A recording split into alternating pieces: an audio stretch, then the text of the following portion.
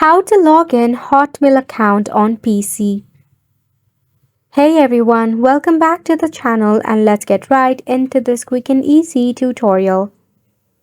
For this, launch a preferred browser in your PC and search for Microsoft.com. From there, you can select on its product Outlook, or you can even directly type in outlook.com. Now to log in into your Hotmail account, you can go ahead and click on the sign in button that is present at the top of the dashboard. This will redirect you to a new page.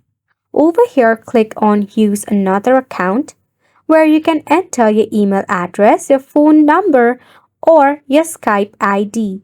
Then click on the next button.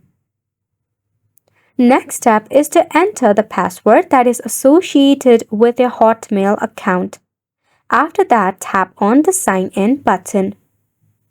For the easy sign up, you can even check out sign-in options such as Face ID, fingerprint, PIN or security key, sign in with GitHub.